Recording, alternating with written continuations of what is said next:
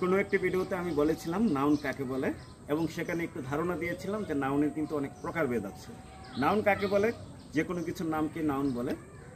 আজকের এই ভিডিওতে প্রপার নাউন নিয়ে আলোচনা হবে। নাউনের একটি প্রকারভেদ। প্রপার নাউন হলো নির্দিষ্ট করে যখন কোনো ব্যক্তি, বস্তু, স্থানের নাম বোঝায় তখন তাকে প্রপার নাউন বলে। আমি কান্ট্রি বললাম, এটা কিন্তু কমন নাউন, যে কোনো দেশকে বোঝাতে পারে।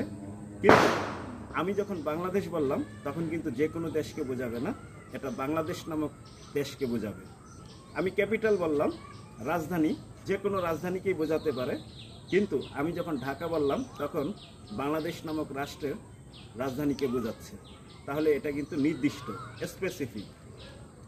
এভাবে যে কোনো কিছু নির্দিষ্ট করে যখন বোঝানো হয় তাকেই কিন্তু প্রপার নাউন বলা হয়। ব্যক্তির ক্ষেত্রে আমি বললাম হাসান, তাহলে কিন্তু যে কোনো ব্যক্তিকে বোঝাচ্ছে না, হাসান নামক ব্যক্তিকে বোঝাচ্ছে। সুতরাং এখানে হাসান শব্দটি প্রপার নাউন। আমি বললাম মিনা, মিনা বললে যে কোনো মেয়েকে বোঝাবে না, মিনা কিন্তু এক নির্দিষ্ট মেয়েকে বোঝাবে। সুতরাং এটাও কিন্তু প্রপার নাউন। প্রপার নাউন সবসময় ক্যাপিটাল লেটার দিয়ে লিখতে হয়, বড় হাতের অক্ষর দিয়ে লিখতে হয়। সুতরাং প্রপার নাউন চেনার একটি সহজ উপায় হলো প্রপার নাউনগুলো ক্যাপিটাল লেটার দিয়ে শুরু হয়। অন্য একটি ভিডিওতে অন্য একটি নাউনের প্রকারভেদ নিয়ে আলোচনা করব। এই ভিডিওতে প্রপার নাউন সম্পর্কে কিছুটা ধারণা পেলেন। ভালো থাকবেন সবাই।